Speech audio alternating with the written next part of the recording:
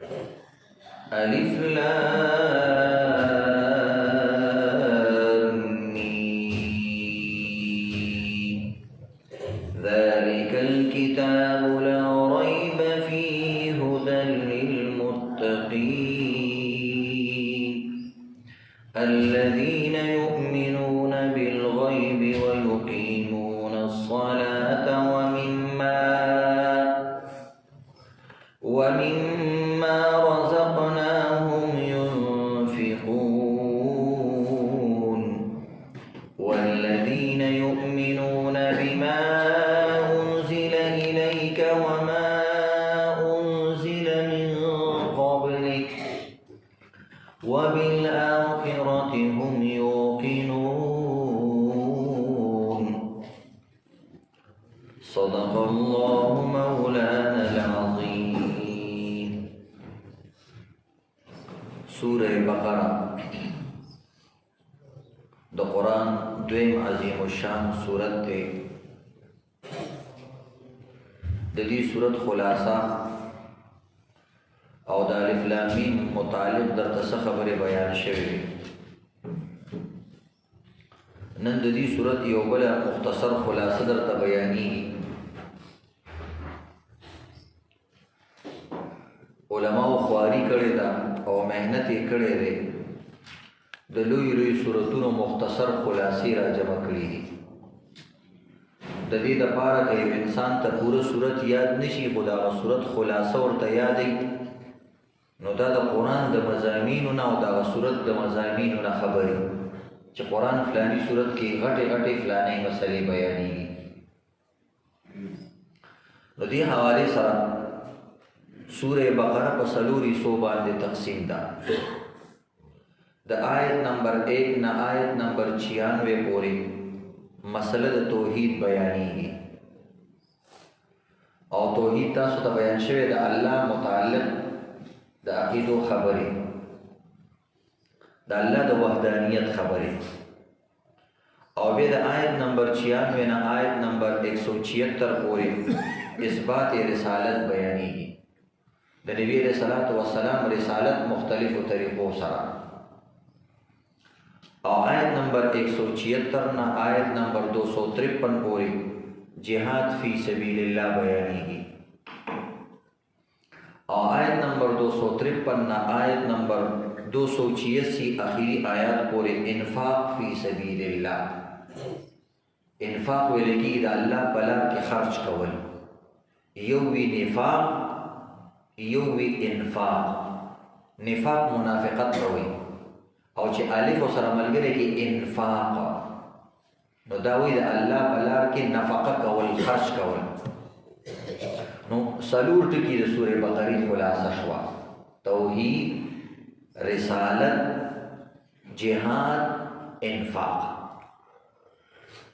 نو انسان ته د دومره لوی صورت په څلورو ټکي کې خلاصه د الله توحید بیانېږي، د پیغمبر رسالت بیانېږي او جهاد بیانېږي او انفاق بیانېږي. ضمني طور سره به نورې مسلې بیانېږي ځکه دا ډېر عظیم الشان صورت دی او هر هغه صورت چې د هغې په شروع کې الف لام راشي، حروف مقطعات نه کم لفظ راشي، بیا هغه صورت کې الله رب العزت عجیب عجیب کمالات ښیي ځکه د هغې ابتدا عجیبه وشي. الف لام میم څوک نه پوهېږي د دې څه مطلب دی. نو مطلب دا دی چې په دې صورت کې ناشنا او عجایب او غرایب مسایل بیانېږي او کثیر مسئلے بیانېږي. نور صورتونو کې الله مسائل بیان کړي خدا د تجربې خبره ده چې کوم صورت شروع کې حروف مقطعات راغلي وي هغې کې ډېر عجیب مسائل وي. نو دې وجې نه عزتمندو چې کوم انسان د سورې بقرې تفسیر زده کړي نو د ټول قرآن خلاصه درته یاده شي. او د دې نه علاوه موږ تاسو ته بیا په هر باب کې څلور حصې دي، بیا په هر یو حصه کې ځان له ابواب دي. او تاسو ته بیا چې کله پیلنۍ رکوع شروع کېږي او پیلنۍ بحث شروع کېږي هغې کې به تاسو ته بیانوم چې په دې پیلني باب کې په دې پیلني حصه کې مختلف ابواب دي، مختلفې نورې حصې دي، هغې کې ځان له مسایل بیانېږي. بعض عالمان وایي چې د قرآن پاک د سورې بقرې مقصد او خلاصه توحید دی، صرف توحید دا یې مطلب. او یا دغه نن د دې باب د دې صورت موضوع هغه ایمان د ایمان او هغه دین اندازه کړی د شری کې تاسو ګورئ په دې صورت کې آمنو یؤمنون ایمان دا لفظ ډیر ځای استعمال شوی نو مختلف دي پهلنی دوه درې رکوع کې چې کوم دی ډیر بار دا لفظ استعمال شوی دی لکه دی دریم آیات کې تاسو ګورئ الذين يؤمنون بالغیب یؤمنون ټکی بیا پسې بل آیات دی والذین یؤمنون بما انزل الیک بیا پسې بل صفه واورئ اولئک علی هدى من ربهم واولئک هم المفلحون بیا وخت وی یو سو آیاتونه بعد بیا وی وما هم بمؤمنین د پهلنی رکوع پهلنی آیات اخر کې وما هم بمؤمنین بیا سلام چې راشي وی قالوا آمنا مختلف دیو صفحه کې بار ایمان یؤمنون نو هغه وی د دې صورت کې بنیادی خبره د ایمان بیانېږي نو د دې صورت بنیادی موضوع او ټایټل او عنوان دا ایمان دی او ایمان بنیادی خبره خدای ته یو بل عجیب خبره یاد درې د قران سره چې تاسو ترجمه او تفسیر کوئ چې د ټولو سورتونو او د قران اصل موضوع څه نو مختلف آیاتونو کې او مختلف سورتونو کې علما وایي د ایمان دا د رسالت ته د فلانه زموږ مشران علما کرام مونږ ته دا ویلي دي چې د قران موضوع هم انسان دی اصل خبره ده او دنیا کې چې څومره علوم دي اکثر علوم د انسان نه بحث کوي نو قران د انسان نه بحث کوي البته دا چې هر یو علم د انسان نه مختلف زاویه سره بحث کوي مختلف حیثیت سره بحث کوي ګوره په دې خبرو چې انسان کوی شي د خپل دین د خپل قران د خپل سیس قدر او معلوم شي اوس طب او میډیکل دا د انسان نه بحث کوي او هغه به حیثیت مرض او صحت چې انسان مریض کیږي کړه او انسان صحیح کیږي کړه د دې نه بحث کوي دا شان عزتمند مختلف علوم دي د انسان د یو حیثیت نه بل حیثیت نه به تصوف هم د انسان نه بحث کوي او انسان بدن نه څنګه صفاشي قرآن د دې حیثیت نه بحث کوي د انسان من حيث انه خلیفۃ الله فی الارض دا الله خلیفہ را لګلې نو د کم کارونه پکار دي نو بیا توحید رسالت انفاق فلانه دا ټول د دې سره متعلقه مسلې دي انسان له پکار دي چې د توحید عقیده انسان له پکار دي چې د رسالت عقیده انسان له پکار دي انفاق کوي انسان له پکار دي دا کار کوي نو الله رب العزت د خپل کتاب د انسان د پاره را لګلې او د مین موضوع او بنیادی بحث د انسان نه دی نس آسان خبره او انسان سره متعلقه به سل مسلې دي سل نم زیاتې مثلا بحثونه هغه ټول د انسان لپاره دي دا انسان به دا ټول مسائل څنګه خپل بدن کې راولي او د دې مسایلو به څنګه نفاذ کوي نافذ کوي کوم چې خپل بدن کې چې کوم خپل کور کې هغه کور کې چې کوم معاشره کې چې کوم ریاست سره تعلق لري ریاست کې نو ګوره بحث د انسان دی او انسان سره متعلق به کله د ځاني کله معاشري او کله د گاونډیانی ته تدبیر منزل وي خپل کور وي کله سیاست مدنیه خپل الهي چم گاوند د دې خیال ساتل بهرحال بنیادی خبره دا شو چې د قرآن موضوع هم انسان شو اوس به خپل دغه تراشو پرون تاسو ته الف لام میم کې نیم تفسیر کړو الف لام میم الله خپويږي په مراد د الفاظو پرون درته د بیان شوی چې حروف مقطعات څه ته وایي او حروف مقطعات بارکه د علماء سره ایدا او حروف مقطعات او حکمتونه سری لس حکمتونه درته بیان شي نن د حروف مقطعات بارکه دو مذاهب درته بیانې یو مذهب دا چې حروف مقطعات متشابهات دي او متشابهات هغه آیاتونو ته ویل کېږي یا هغه الفاظو ته قران کې ویل کېږي چې دا غي معنی الله ته پته وي د الله نه سوا بل چا ته پته نه وي یا الله او د الله رسول ته پته وي او د الله رسول هم چاته دا غي معنی خودلی نه دې ته وایي متشابهات، دا متشابهاتونه. دویم قسم عالمان وایي چې د دې معنی شته، چې معنی شته نو بیا څه معنی دي او د دې دوه مطلب وي. دا دویم قسم عالمان چې وایي چې معنی شته نو دوی دا نه وایي چې دا یقیني معنی دي، ځکه اصل مسلک هم هغه دی چې یقیني معنا او قطعي معنا هغه چاته نه ده معلومه.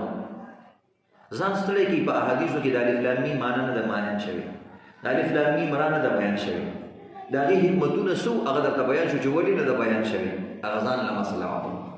اوس چې کوم عالمان وي بیان شوي ده نو هغوی دوی وي ژوندي معنا ده، یو وي یقیني بل وي ژوندي. زما خیال چې دا معنا وي نو الله خو پوهېږي په مراد د دې الفاظو. تصوراتي معنی بیان کړي نو بعضې صحابو بیان کړي، بعضې تابعینو بیان کړي، بعضې لوی لوی اولیاو بیان کړي دي. بیا په دې کې داسې ساینسي او عجیبه عجیبه نکتې بیان شوي دي، نوي جدید علماو په دې کې عجیبه عجیبه نکتې بیان کړي دي چې دې حروفو کې څه عجیبه عجیبه اشارات دي، خو بیا هم هغه قطعي خبرې نه دي، خو څوک یې انکار هم نشي کولی، ځکه الله رب العزت قرآن کې وایي.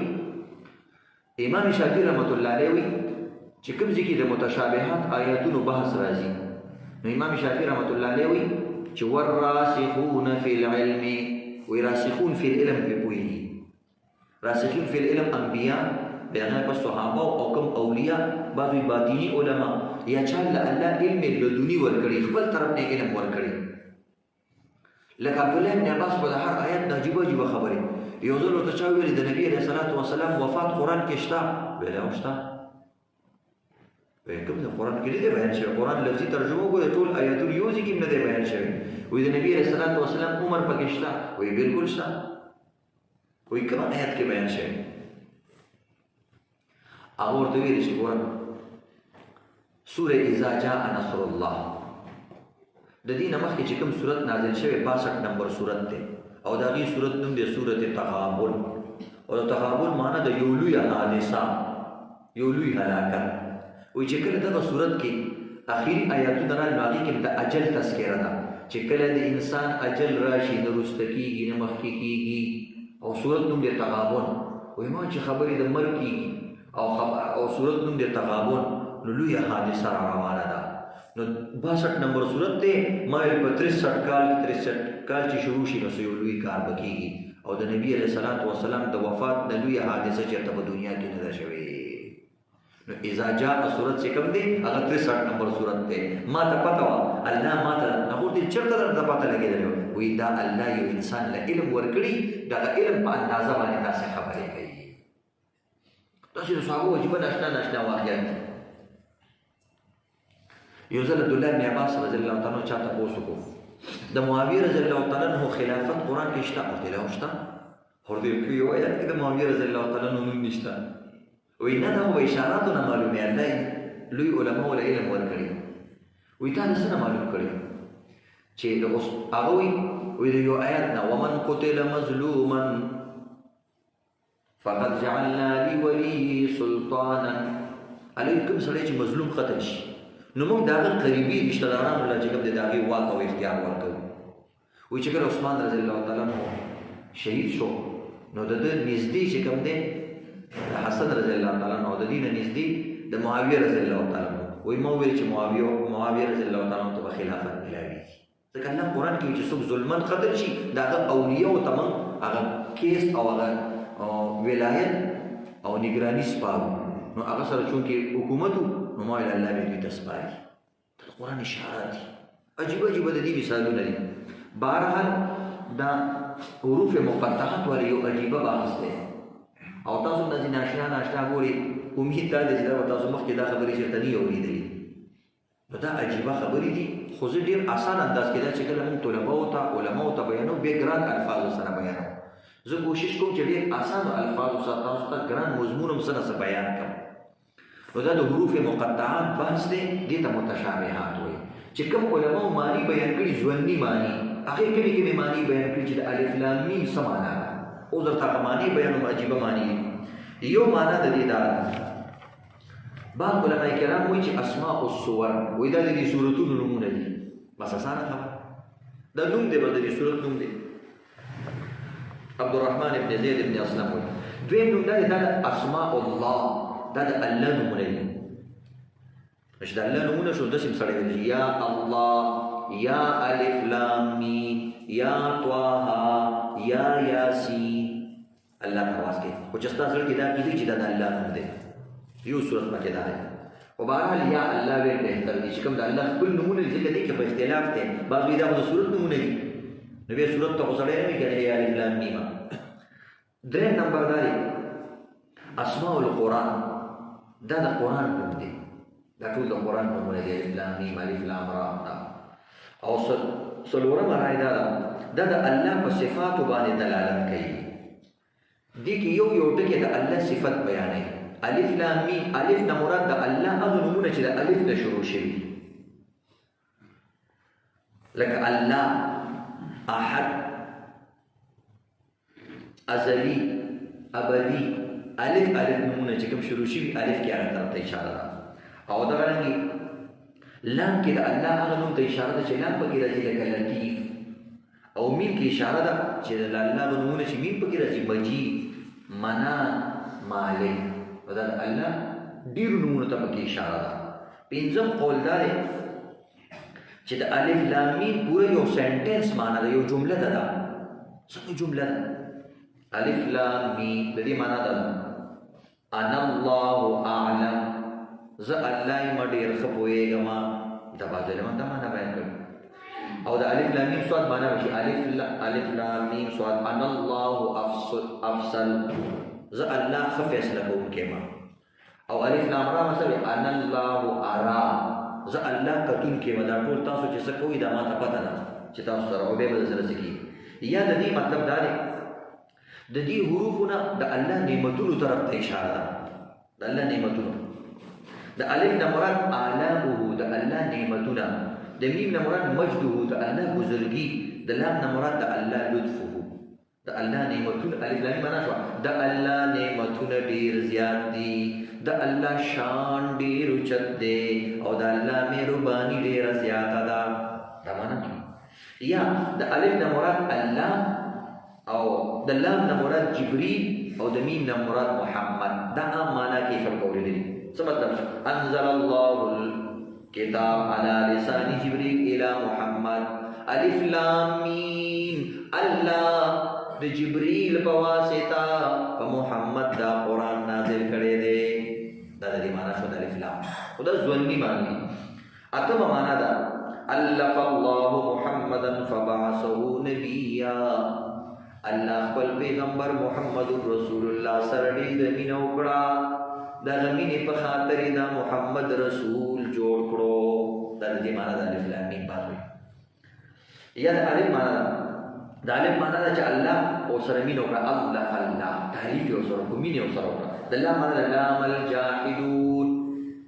نو چې کوم منکرین دي هغه نبی علیہ السلام سره باندې اعتراضونه وکړو. نبی میم معنا ده میم الکافرون فغیظوا، الله کافران ښکته کړه او غوسه یې کړه، خپل پیغمبر یې اوچت کړو. یا صوفیه کرام د دې معنا کوي، وایي د الف لام میم کې د الف معنا ده انا، د لام معنا د لی، او د میم معنا د منی. څه مطلب؟ الف انا سب کچھ میں ہوں، لام لی سب کچھ میرے لیے ہے، میم منی اور سب کچھ میری طرف سے ہے. میں سب کچھ ہوں، میرا سب کچھ ہے، اور میری طرف سے سب کچھ ہے.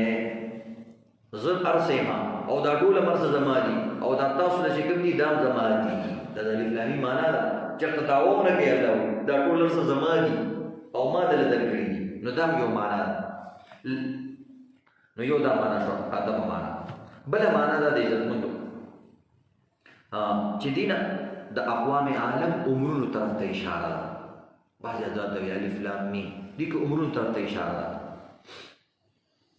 ځکه نبی علیہ الصلوۃ والسلام یو ځل الف لام میم وویل، یو حدیث کې دې طرف ته اشاره راغلی ده چې نبی علیہ الصلوۃ والسلام کله الف لام میم وویل، نو یو مشرک حویی بن احطب د ضرور ناستو د الفاظ یې واورېدو.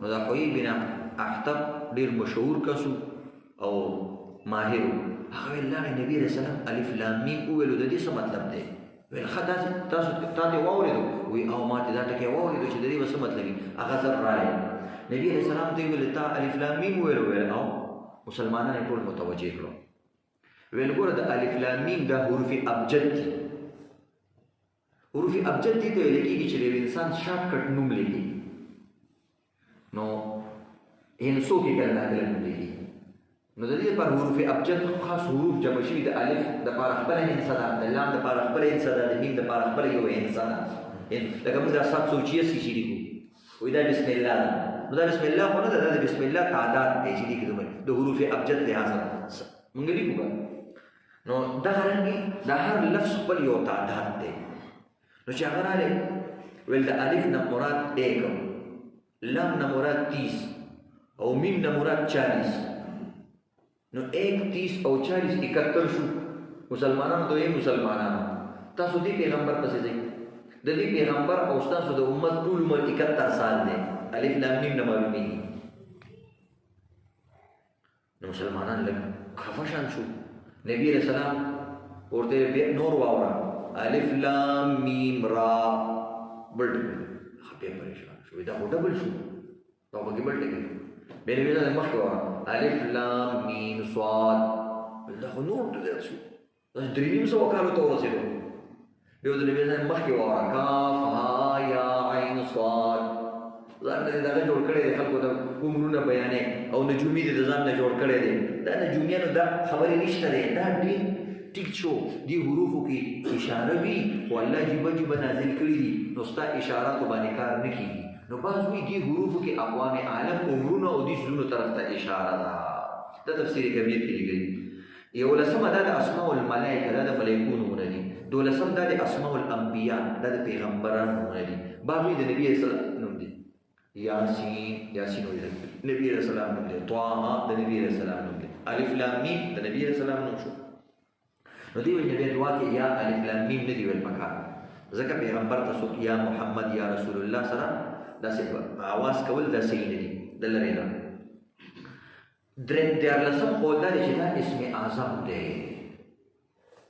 دا الف لام میم د حروف مقطعات چې کوم دي دا اسم اعظم دی د دې وجه نه د دې سره تلاوت وخت کې دې ته ډېره توجه ورکوي زموږ خلک نور آیتونو ته توجه ورکوي دې ته توجه ډېر نه ورکوي نو الف لام میم چې وي ګوره قاریان هم دا ډېر قاري سره وایي او ډېر مد سره یا څوارلسم قول دا دی چې دې کې د دنیا مدت ته اشاره ده څنګه اشاره ده دا ډېرې غټې قصې دي پنځلسم دا دی یا د الف نه مراد دی اصل د لام نه مراد دی لازم کې لام راځي او د میم نه مراد دی محکم څه مطلب دا قرآن اصل دے لازم دے او محکم دے کسو اصل چیز گوری دنیا کے بس قرآن دے نو ټول ملاوٹ شده چیز رہی قرآن اصل دے او که یو سړی وي چې د زه دا کار خامخا کوم لازم نو بس هم دا قرآن دی ویسي که یو سړی وي چې دا به په کار راشي مضبوط دی که نه محکم دی د دې نه محکم چیز بل نشته دی نو بهرحال دغه رنګې علامه ابن قیم رحمت الله علیه یو عجیبه اشاره دی حروفو کې لیکلې ده وایي تاسو د الف لام میم ته سوچ وکړئ په دې حروفو کې دا حروف چې کله انسان ادا کوي دا د دې خولې نه ادا کېږي په دې خولې کې مختلف مخرجونه دي یو ټکی د یو ځای نه ادا کېږي بل ټکی د بل ځای نه ادا کېږي بل د بل ځای نه ادا کېږي وایي په دې الف لام میم کې الله د درې مخرجونو والا الفاظ راوستي نو مثلا او نو دې دریو مخرجونو دي دریو ټکو کې دریو خبرو ته اشاره ده څنګه ده وایي مثلا الف راوسته او حمزه دا اقصای حلق نه لګي اقصای حلق ویل کېږي حلق اخیری حصہ دا دغې نه ادا کېږي نو اقصای حلق نه اشاره شوه زمون اقصا او اخیری ځای چې کوم دی قیامت دی قیامت طرف ته اشاره ده او دا شان عزتمندو دویم چې کوم دی وسط حلق دی نو لام چې کوم دی وسط حلق د حلق درمیان نه ادا کېږي نو دې کې دنیاوي زندگی طرف ته اشاره شوه او میم چې کوم دی دا بیا د دې شونډو نه شفتینو نه ادا کېږي میم ور شونډو سره ویلېږي میم نو دا نو دې کې ابتدایي حلق څنګه یو ټکی د ابتدا نه یو ټکی د درمیان نه بل د انتها نه دغه رنګې انسان باندې درې جوړونه دي یو ابتدا کې دا جوړ شوی دویم اوس دا دنیا کې دی، دریم دا به آخرت ته ځي، اپس نه دی پیدا شوی. نو دې وجې نه خواري کول پکار دي. ولسم قول دا دی چې حروف ابجدو کې ما تاسو په الف لام میم نه 71 جوړېږي. اشاره شو پیغمبر ته چې کله دا صورت نازل شو چې پیغمبر 71 سال کې وستا د دې علم ته ورسېږي. او واقعي د حضرت عثمان رضی الله تعالی عنہ په دې دورونو کې په لکونو مربع میل ته ځمکه ورسېدله او خلافت ورسېدلو. بعض وایي نورلسم قول دا دی، اتلسم چې دا د قسم الفاظ دي. نو دا الله قسم خوړلی دی. الف لام میم، الله وی زما دې قسم وی ذالک الکتاب لا ریب فیه، قسم درته کوم چې دې کتاب کې شکونه نشته، دا ډېر بهتر کتاب دی زموږ استاد لپاره. د دې نه علاوه نور اقوال ذکر شوي دي خو هغه کمزوري او اسرائیلیات اقوال دي.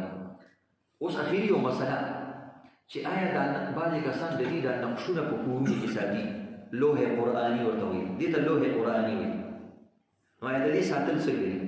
موږ یو څنګه چې د قرآن پاک ساتل په کور کې برکت لري، دا د قرآن یو لفظ دی او بیا په دې کې دومره الله رب العزت خیر او برکتونه ایښي، نو بس دا کور کې ساتل جایز دي.